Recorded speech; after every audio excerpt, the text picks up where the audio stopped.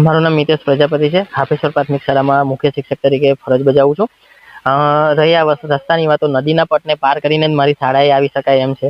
અને ઉનાળાને શિયાળામાં તો નોર્મલ હોય છે, પણ ચોમાસાના 4 મહિનામાં નદીમાં ઘણું પાણી રહે છે અને બાળકોને અને અમને ખુદ શિક્ષકોને બી શાળાએ જવામાં ઘણી તકલીફ પડે છે। આ નદીમાં મોટાભાગે પાણીમાં પડીને શાળાએ પહોંચી શકાય છે, એટલે અહીંયા આ નદીમાં પુલ અને રસ્તાની ખાસી જરૂરિયાત છે। આ જરૂરિયાતને પૂર્ણ કરવામાં આવે તો શાળાએ જવાનો રસ્તો સરળ બને અને શાળાએ સરળતાથી પહોંચી શકાય। શાળાની સંખ્યા બી જળવાઈ રહે અને બાળકોને શાળાએ આવવામાં તકલીફ ના પડે અને બાળકોનો અભ્યાસ ના બગડે। આજ રોજ અમે અહીં હાફેશ્વર ગામમાં આવેલા છે। એનું એક કારણ છે કે ચૂંટણીનો બહિષ્કાર કરવા લોકો કહે છે, તેથી અહીં આવેલા છે। લોકો કહે છે કે રોડ નહીં તો વોટ નહીં।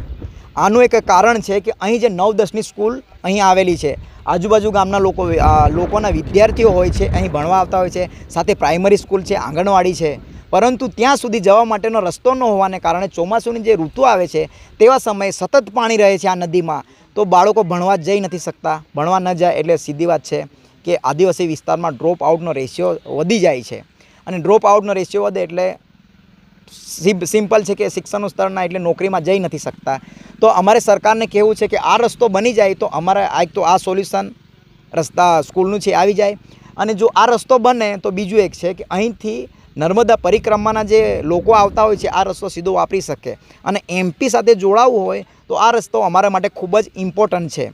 અને બીજી વાત કે હાફેશ્વર ગામ એ એક તીર્થગામ તરીકે વખાણાય છે, અને અત્યારે તો સરકારે એને પર્યટનનો બેસ્ટ એવોર્ડ પણ આપેલો છે ટુરિઝમમાં, તો એની સાથે 10 કરોડની રકમ પણ આપેલી છે। આ જે 10 કરોડની રકમ છે એ સરકારે જે ટેન્ટ બનાવવા માટે છે, પથ્થરોને શણગારવા માટે છે, પછી ઘાસ ઉગાડવા માટે છે, એમાં વાપરે છે। એના કરતાં હું સરકારને વિનંતી કરું છું કે આ જે પુલ છે અને રસ્તા માટે જો ખર્ચ છે તો અમારે માટે સારું છે। અમે એવું નથી કહેતા કે તમે ટુરિઝમ વિકસાવો જરૂર, પણ સાથે અમને પણ સુવિધા આપો, એ અમે સરકારને કહેવા માંગીએ છીએ। તેથી હું લાસ્ટ વખત કહું છું કે જો રોડ નહીં તો વોટ નહીં।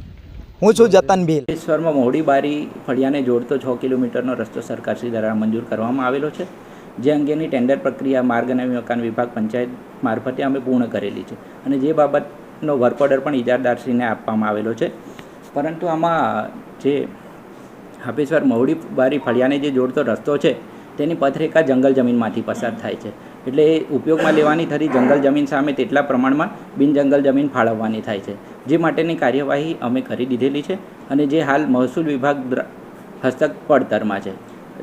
અને સાથે સાથે જે ફોરેસ્ટ વિભાગની વન વિભાગની જે મંજૂરી મેળવવાની થાય છે તેની પણ પેરેલલ પ્રક્રિયા અમે કરેલી છે, અને એ ટૂંક સમયમાં મંજૂર થવામાં છે।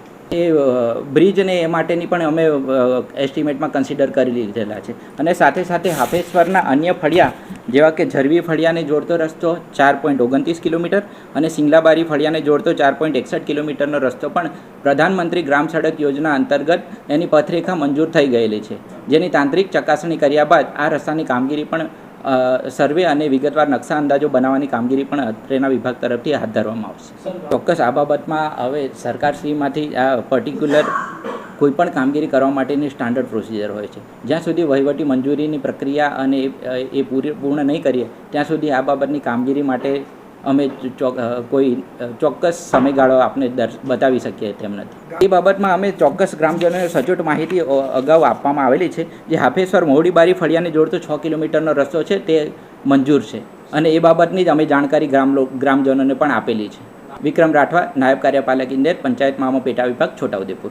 હાફેશ્વર ગામમાં કોતરથી 2 ભાગ પડેલા છે। એક ભાગમાં મેન રોડ આવેલો છે, એક ભાગમાં જે છે તે મેન મુદ્દો છે માધ્યમિક શાળા, પ્રાથમિક શાળા, આંગણવાડી, અને અહીંથી 4 કિલોમીટરનું પ્રાથમિક શાળા આવેલી છે, અને 6 કિલોમીટરનો મધ્યપ્રદેશ જોડતો એ અંતર પડે છે અમારે। અને અમારે મેન મુદ્દો એ છે કે વધુમાં વધુ આ પુલ વર્ષોથી ઘણા ટાઈમથી આ જે આવું પડ્યું છે, અને આગેવાનોએ બિચારા માંગ તો કરે છે, પણ છતાંય આ ગામજનોનું કોઈ આગળથી સરકાર સાંભળતી નથી। હવે એમ 6 કિલોમીટરનો રોડ જે જોબ નંબર પડી ગયો છે એવું કહે છે ખરા, પણ આજ સુધી ખાતમુહૂર્ત કરવામાં નથી આવ્યું।